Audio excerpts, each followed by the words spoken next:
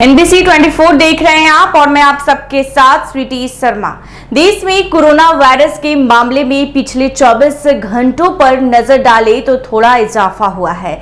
शनिवार को आए आंकड़ों के मुताबिक भारत में एक्टिव मरीजों की तादाद 5,755 पहुंच गई है, जबकि इस दौरान 4 लोगों की मौत भी हो गई है। ये मौतें मध्य प्रदेश, महाराष्ट्र, केरल और तमिलनाडु में दर्ज की गई है। इस तरह से केरल में मरीजों की संख्या 1806, महाराष्ट्र में 577 और कर्नाटक में 444 और गुजरात में 717 है। दिल्ली की बात करें तो बीते 24 घंटे में कोरोना के 73 मामले दर्ज किए गए हैं। राष्ट्रीय राजधानी में कुल एक्टिव मामलों की संख्या 665 हो गई है।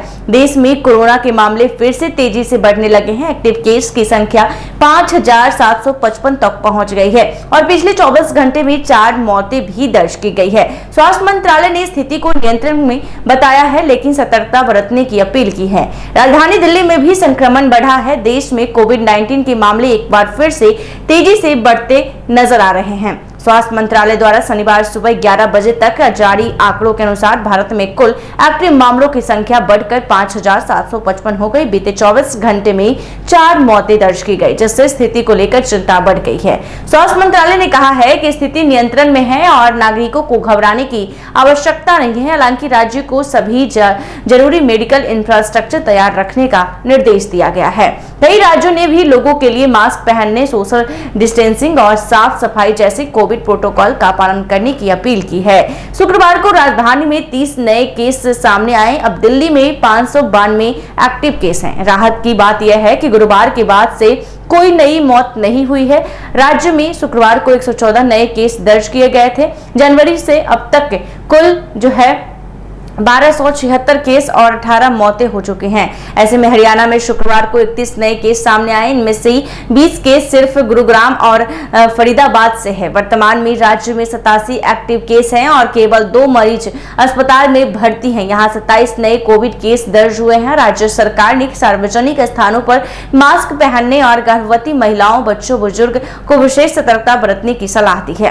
प्रदेश में 194 एक्टिव केस है। देश में सबसे अधिक केस केरल में है। शुक्रवार को 231 नए केस दर्ज किए गए हैं, जिससे कुल एक्टिव केस बढ़कर 1806 हो गए हैं। लोगों से मास्क, सैनिटाइजर और सोशल डिस्टेंसिंग का कड़ाई से पालन करने की अपील की गई है, ऐसा स्वास्थ्य मंत्रालय की ओर से।